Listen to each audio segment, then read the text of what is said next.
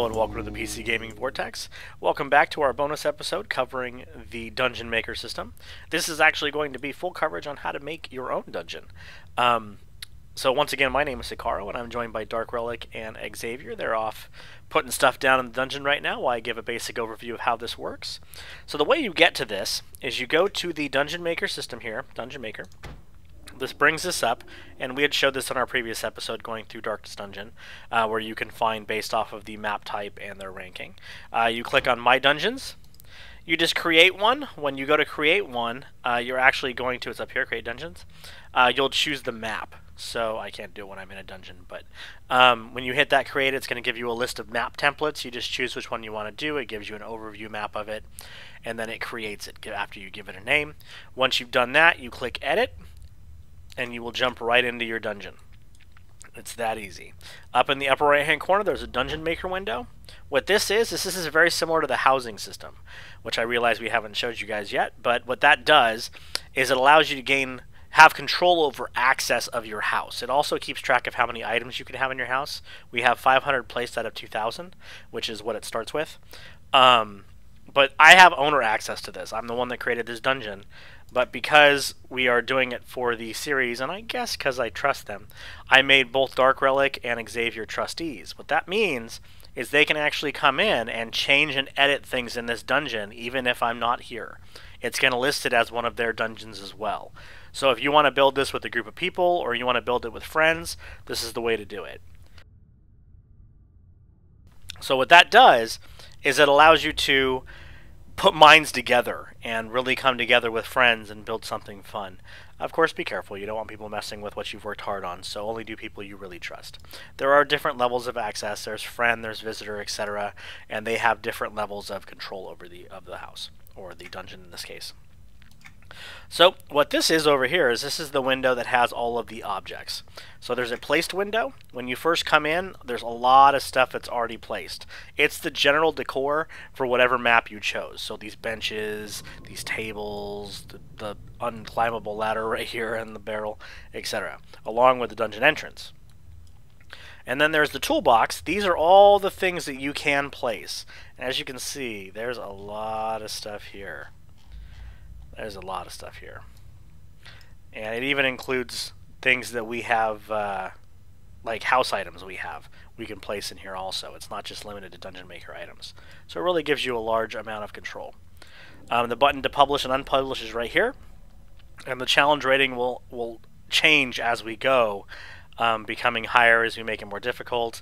What it does is it calculates the easiest path through the dungeon and gives it a challenge rating based off of that path. The higher the challenge rating, the better the reward for the people going through it, and the more lucrative it is when it comes to dungeon marks, etc. So let's go ahead and get started. So I'm going to show you how to place guys. So the first thing I want to show you actually is that you can take stuff directly to you. So if, say for example, you don't want to go searching around for that one object that you gotta just search everywhere for, you can actually bring it to you. So I will go to this barrel. I don't know where it's actually at right now. We're gonna pick it up. Now it is no longer there. It is in the toolbox and I can replace it. That works for the entrance too. This is not actually where the entrance was at the beginning. It was on the other side of the dungeon. So we just went ahead and brought it straight to us, dropped it right there, and you're good to go. The other cool thing is you can actually go to an object like this, and that will actually warp you straight to that object wherever it is in your dungeon. That allows you to go a lot quicker through the process, so you don't have to worry about running around and, one end of the dungeon to the other end of the dungeon. It's all pretty instant. So this is where players are going to warp in. This is where they come in and they have to choose which of the characters they want to play at, which archetype they want to play as, like we did in Darkest Dungeon. So you want to place that wherever the beginning is and wherever you're going to go from there. So there's a few options you'll notice here when it comes to mobs. If you're placing a mob, so say this Null Brigand for example, down at the bottom you're given a lot of options, and these are fantastic. He had actually, Dark mentioned them in our previous episode. Wanderers, patrols, you can set their patrols or where they walk, where they go, how they react, things like that. Right now he's set to be static, so he's going to stand exactly where I place him, but I can change that. You can also set their name or clear their name. So say I don't want him to be a Null Brigand. Say I want him to be Fippy. He can be Fippy. You just give him a name. And then, of course, their flavor text. You can change their flavor text also. To put them down, you just double-click and put them down. There he is. If you want to twist them, you just use the scroll wheel, and you can twist them all over the place. This is exactly how the housing system in the game works. Now, remember, when you're placing mobs, the closer you place them together, they're going to aggro together. So if you put too many close together, you don't want to overwhelm the guys. Like, obviously, I'm not going to leave those guys there because that'd be pretty messed up, right, when you zone in to get hit right away. So we'll pick these guys up. I'm not that mean. Okay, maybe I am, but I'm not going to do it this time. Okay. So this is a dungeon that we will actually be working on, and we'll see if we can make something fun with it. And we'll let you guys go through it if you want. From what we can tell, we haven't tested this yet, but my guess is if you wanted to, you could probably make a character on the server and jump right in and give it a shot. We are on the Butcher Block server, and of course, Darkness's or Dark Relic's dungeon is called Dark Corridors under Mistmore, and this one is called the Orc Vortex, and it's under Crushbone 5. So we'll have those up so you guys can have fun with it, and do not forget to suggest dungeons you've played or dungeons you've enjoyed so that we can jump in and do them on the series and share them with people. Okay, so let's make our way to where they are, see what they're working on. What you guys got going?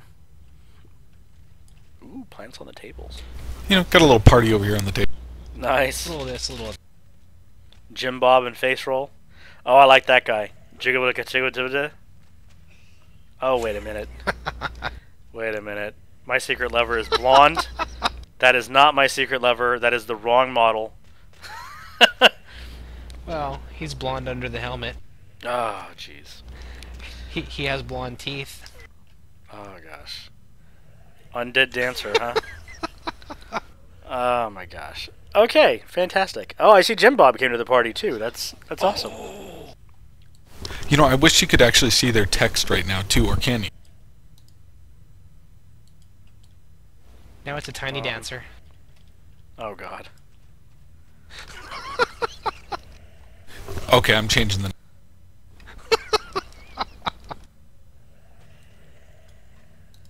As you can see here, this is pretty cool. This is how you move them. You can move them up and down. You can pick them up. You can scale them. This is done just by left-clicking on them, and this gives you all the different options to really get them around the world. Makes it a lot better.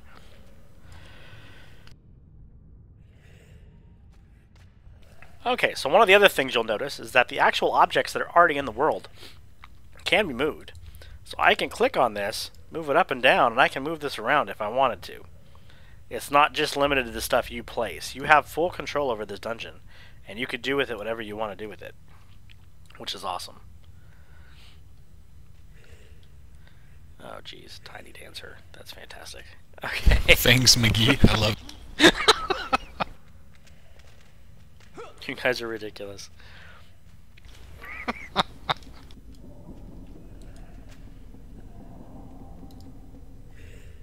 I think I'll just take that guy with me. Oh, so he's in a cage now, huh? So he can't attack anybody? Yeah, I have him next to the cooking stove. He's gonna be dinner. I was gonna make Scruffy and I was gonna make Scruffy and Nerf Herders Wanderers.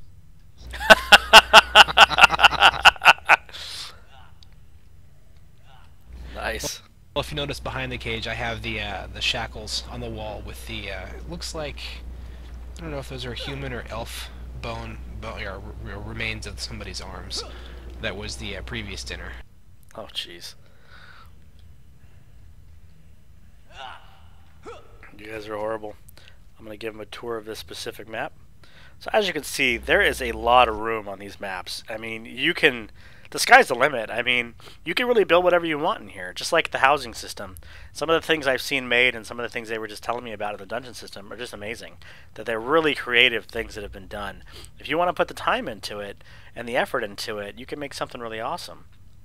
And there are rewards for people going through your dungeon, and there are rewards for getting getting high rankings. So it's definitely worth playing around with if it's something that you like creating and creativity. This could be something that could be a new thing in the game for you. Plus, check out the throne room. Another really nice thing. Oh yeah, throne room is great.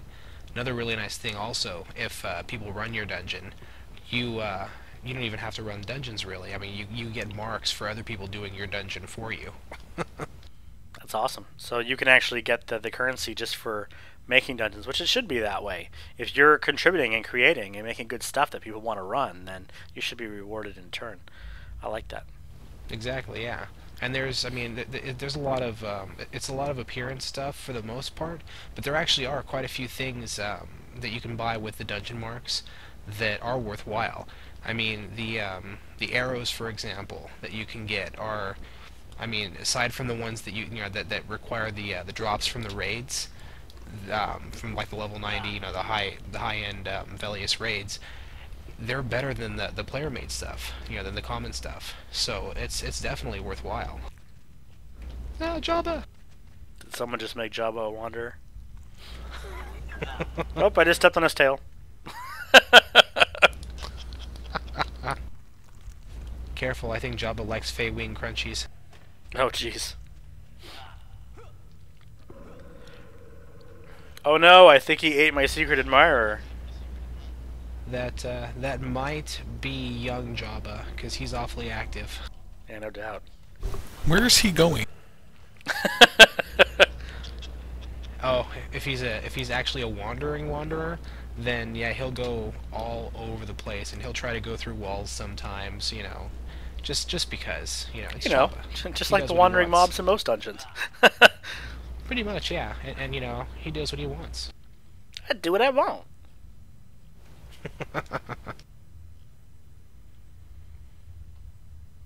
Okay, so this is a pretty basic system. It's easy to use, it's very intuitive, but it gives you a lot of options and it gives you a lot of room for creativity.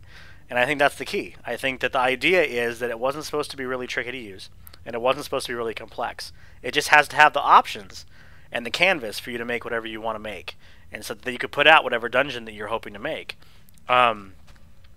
So that is the entire introduction to it. When you're finished and you've created your dungeon, you just hit the publish unpublish button right there, and then there you go. You are good to go. You can come back and edit it from time to time and keep it up to date and listen to suggestions and keep moving forward with that. So we hope to hear from our viewers. Let us know in the comments or on our Facebook if there are any dungeons that either you made yourself or a friend made or that you've gone through on the Butcher Block server that you really liked. Or you know what, if you made a dungeon on another server, we could log in and maybe we'll try it as level 1 guys, and we'll go through it as an episode. Let us know what you guys want us to do here. Also, don't forget to go through Dark's dungeon on Butcher Block called Dark Corridors and take a look and see what you think. Okay, we will see you guys next time.